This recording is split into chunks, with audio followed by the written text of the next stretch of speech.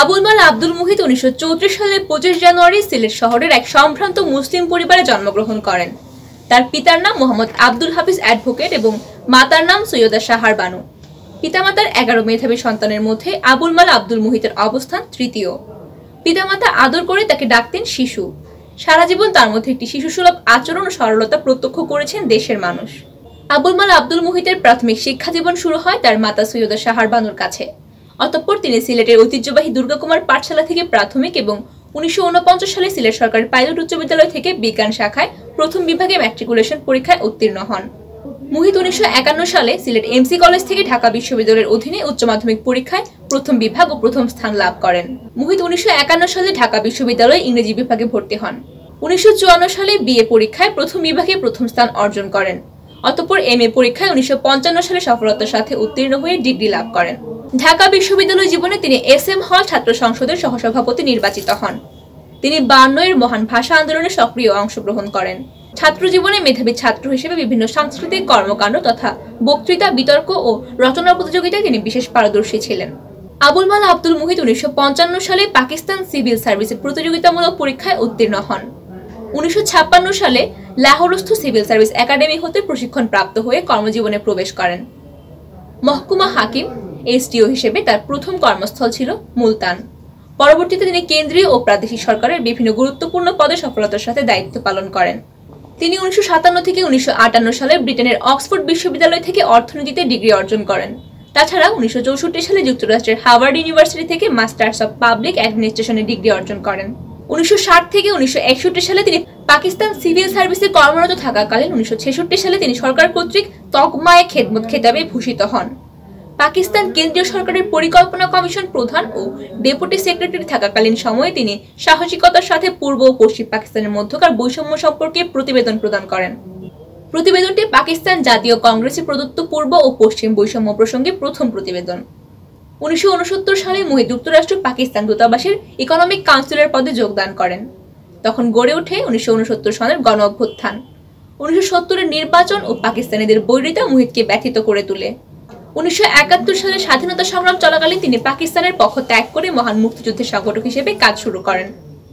তিনি প্রথম পাকিস্তানি কূটনীতিক যিনি বাংলাদেশের পক্ষে পাকিস্তানের কূটনীতিক দায়িত্ব ত্যাগ করেন। দেশ স্বাধীন হলে 1972 সালে তার উপর বাংলাদেশ সরকারের পরিকল্পনা সচিব এবং 1977 সালে অর্থনৈতিক সম্পর্ক বিভাগের সচিবের দায়িত্ব প্রদান করা হয়। তিনি 1981 সালে সরকারি চাকরি হতে স্বেচ্ছায় অবসর গ্রহণ করেন। তিনি বিশ্ব ব্যাংক, IMF, IDB ও জাতিসংঘ সংস্থাসমূহে কার্যক্রম শুরু করেন। তাছাড়া ফুড ফাউন্ডেশন ও ইফাদে কাজ করে নন্দিত হন।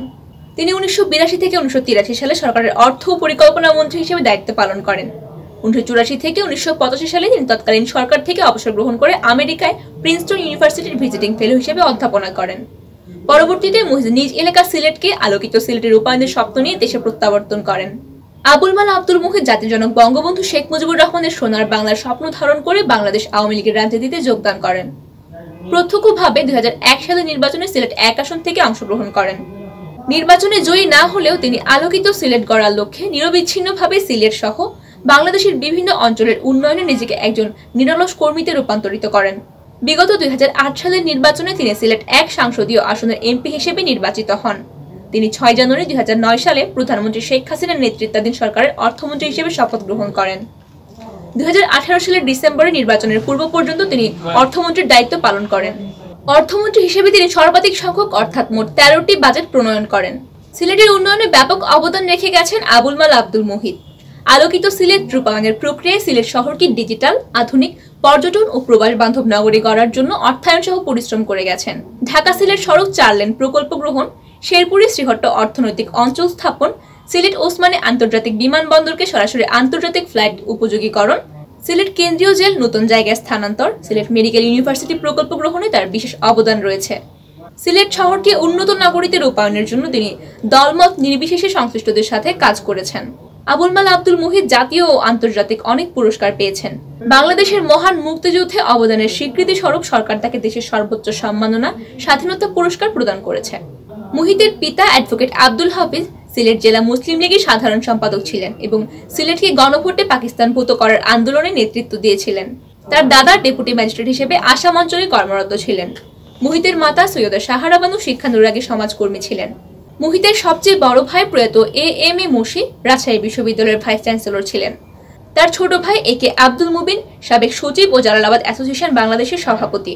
অনুজ এ মুইজ বিমাবিদ, ফুয়াদ প্রবাসী ব্যাংকার, ছোট বোন ডক্টর শাহালা খাতুন জাতীয় অধ্যাপিকা, ছোট বোন শিফা হাফিজা ও রিও আজিজা সমাজকর্মী। তার ছোট ভাই ডক্টর একে আব্দুল মোমেন এমপি আলোকিত উন্নত সিলেট রূপায়ণের বহমান ধারায় কাজ করে যাচ্ছেন। তিনি গণপ্রজাতন্ত্রী বাংলাদেশ সরকারের পররাষ্ট্রমন্ত্রীর দায়িত্ব পালন করছেন। মুহিতের এক মেয়ে ও দুই ছেলে।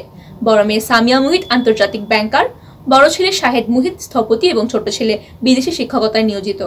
মুহিতের সহধর্মিণী সৈয়দা সাবিহা মুহিত একজন ডিজাইনার।